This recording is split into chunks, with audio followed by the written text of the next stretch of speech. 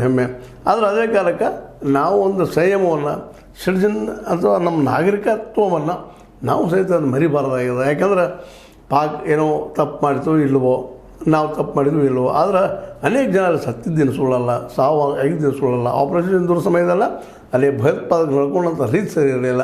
ಇವುಗಳಿಂದ ನಾವು ಅವ್ರನ್ನ ಖಂಡಿಸೋನು, ಆದರೆ ಖಂಡಿಸೋದಕ್ಕೆ ವೇದಿಕೆ ಒಂದು ಕ್ರೀಡಾರಂಗ ಆಗಬಾರ್ದು ಅನ್ನೋದು ಒಂದು ಸಾಮಾನ್ಯವಾದಂಥ ತಿಳುವಳಿಕೆ, ಸಾಮಾನ್ಯವಾದಂಥ ಒಂದು ವಿಚಾರ.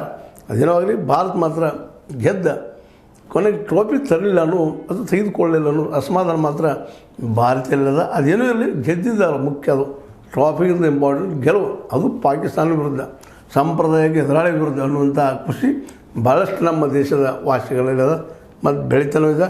ಜೊತೆಗೆ ಅದಕ್ಕೆ ಅನುಕೂಲ ಆಗುವಂಗೆ ನಮ್ಮ ಮೋದಿಯವ್ರ ಸಹಿತ ಟ್ವೀಟ್ ಮಾಡಿ ಇಲ್ಲ ಆಪರೇಷನ್ ಸಿಂಧೂರ್ ಮಾಡಿದವರಿಗೆ ಒಳ್ಳೆಯ ಉತ್ತರವನ್ನು ಕೊಟ್ಟಿದ್ದೀರಿ ಅನ್ನುವಂಥ ಮಾತುಗಳನ್ನು ಆಡಿದ್ದು ನೋಡಿದ್ರೆ ಈ ಟ್ರೋಫಿ ನಮಗೆ ಸಿಗದಿದ್ರು ಅಡ್ಡಿ ಇಲ್ಲ, ನಾವು ಗೆದ್ದೀವಲ್ಲ ಅವ್ರ ವಿರುದ್ಧ ಅನ್ನೋದು ಮಾತ್ರ ರೆಕಾರ್ಡ್ ಇದ್ದೇ ಇರ್ತದೆ ಅನ್ನೋಂಥ ಸಮಾಧಾನ ಈ ಎಲ್ಲ ಆಟಗಾರರಿಗೆ, ಜೊತೆ ನಮ್ಮ ಸರ್ಕಾರಕ್ಕೆ ಹೋದೇನೋ ಅಂತ ಅನ್ನಿಸ್ತದೆ.